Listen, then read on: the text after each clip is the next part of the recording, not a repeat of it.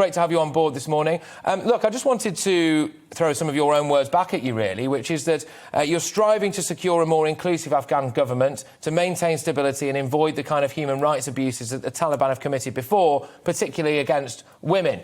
Yesterday, I saw a video of a woman being flogged in an Afghan village. How are you actually planning on doing those things? Look, the scenes that we're seeing are very concerning. We're obviously proceeding with the evacuation effort. We got 2,000 people out in the last 24 hours.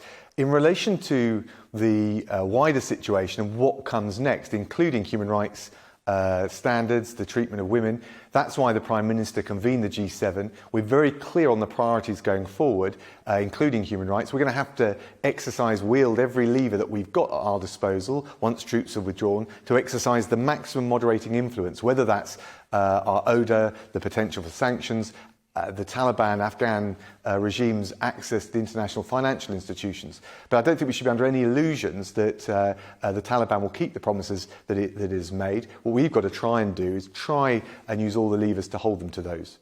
OK, and just a lot of our viewers have been getting in touch, really concerned about the level of refugees that we're taking. And I'm quite keen to know how many Afghan refugees you're going to be taking in your leafy Surrey constituency, Mr Raab. Well, that will be for local authorities to coordinate, but we have an excellent charity called ECAN, and I've consistently worked with them, for example, on the resettlement of Syrian refugees. And I think the broader point is absolutely right, that there'll need to be a fair allocation of the refugees to make sure it's not just one or other authority which has, if you like, a diaspora there already that take the full or the lion's share of the burden.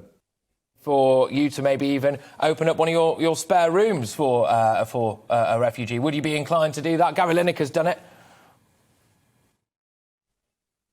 I've got a very young family and I'm not sure that I would be in a position to do that. But look, I pay tribute to anyone who is willing to do that, or indeed otherwise to be able to provide accommodation. So I think, as I've seen in my own constituency, there is a well of goodwill, a sense of positivity about the contribution that these people can make, and I think it's important to try and galvanise and build on that, and I've certainly seen that in my local constituency. Let's move now to the so-called special relationship. It's not so special anymore, is it? Parliament has effectively expressed no confidence in Joe Biden, and Joe Biden doesn't seem to have much confidence in Boris Johnson. I don't think either of those things are true. What is true is that we would have liked some more flexibility. I mean, ultimately a conditions-based approach to the withdrawal of troops, but we deal with the reality we face. The G7 discussed it. The European countries, as Canadians and others, have expressed their views. The American decision is now clear. We'll work with the window we've got left to get as many people out as we possibly can. We got 2,000 people, British nationals, Afghan workers, Chevening scholars out in the last 24 hours. We're just going to make the best use of the time available. And I'm sure we'll continue to cooperate very closely with our American partners on all of that. Another thing that you wrote in the Telegraph was, we want to protect the gains of the last 20 years, stand with the Afghan people, support their aspirations for a better life. In reality, those gains have been lost, haven't they? Women are not going to be able to go to school anymore. Children are not going to be educated. You know, and just because they've maybe had it, quote unquote, all right for the last 20 years, all of that's over now, isn't it? Well, we don't know. That's what we've got to try and test. And the gains haven't been lost yet.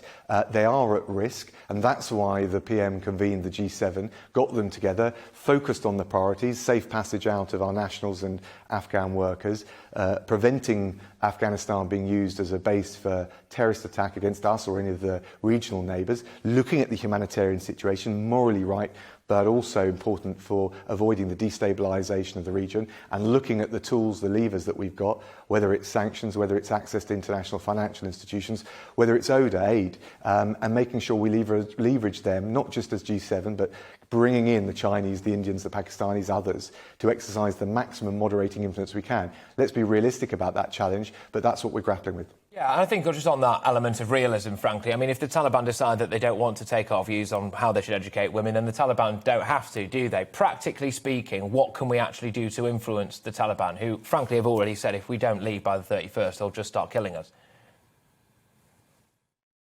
So if you look at and listen to what the Taliban spokesperson said overnight, he said he wanted to avoid the brain drain from Afghanistan. He's not going to be able to achieve that. There's going to be an exodus, a surge of people running for the border. They're not going to be able to hermetically seal it unless the Taliban engages with other figures in the political parties in Afghanistan, take a more inclusive approach and, frankly, a less coercive and malign approach than the practices we've seen in the past. In terms of the international community, the Taliban clearly they are professing they want access to the billions of pounds of international financial support, whether it's in international institutions or the aid that they'll need to prevent the collapse, economic and social, of the country. That gives us points of leverage. I start from a similarly low level of expectation that you described, but I think the important thing is to test whether some of the constructive engagement that we saw in relation to the evacuation, we did have some constructive engagement. I think it's important to set further tests for the Taliban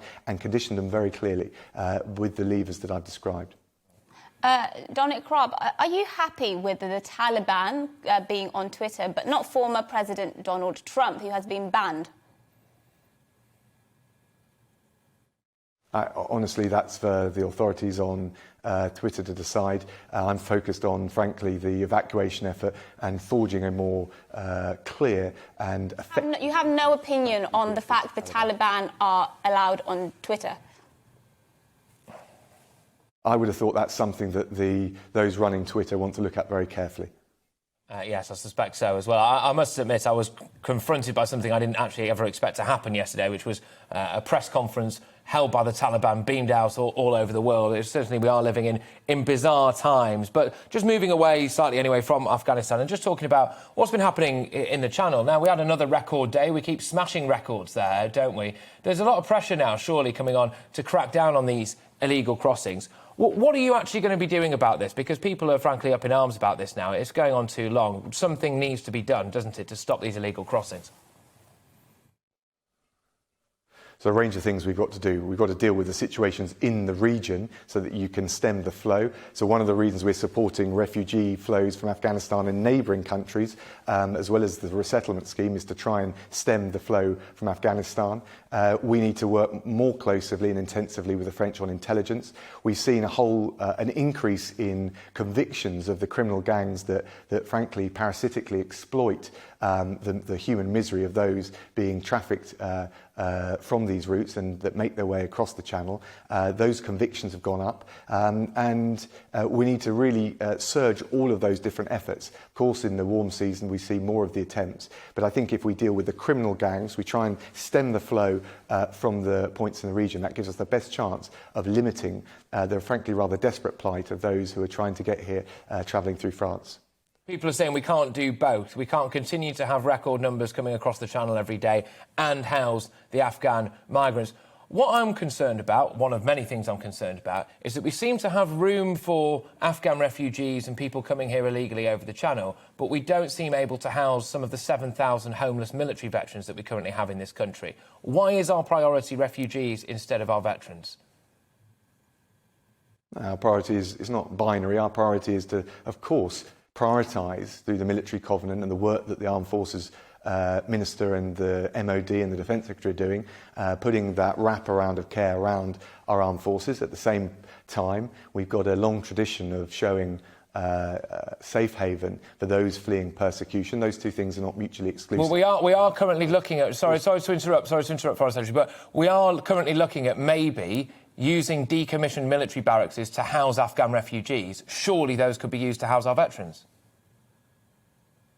There's a much broader piece, as a former housing minister, I know about the excess public sector use of land and estates to provide housing, whether it's for veterans or indeed the kind of social housing that are needed for refugees. OK, would you like to see us do more, do you think? Because I think this is going to create a potential quite large social issue. A lot of people saying, well, hang on a minute, what are our priorities as a country? Whether or not they are the government's priorities, I've got to be honest with you, I'm getting loads of emails in about this right before my eyes now. That is how it looks. It does look as though we're prioritising people from other countries before some of our own, and I think that's an issue for people. Yeah, I can totally understand that. No, we're not. We're going to look after our veterans. That's absolutely high priority. They're people that have served this country. They deserve the wraparound care, including looking at housing. At the same time, we've got all sorts of international duties and a sense of moral responsibility and a long tradition of providing safe haven for those coming here. Of course, what we're trying to do, and Afghanistan's a good example, is deal with as much of the refugee flows in the region, whether that's by providing ODA to some of those regional countries that will be the first port of call for those refugees, providing the support that they can, because most refugees generally want to settle in a safe environment closer to where they come from. And ultimately, that's why we need to try and exercise the best moderating influence on the Taliban, which itself says they want to avoid the brain drain from Afghanistan. OK. Thank you very, very much for your time. We do appreciate it this morning. Dominic Raab, our Foreign Secretary, discussing a range of things, it's fair to say, there.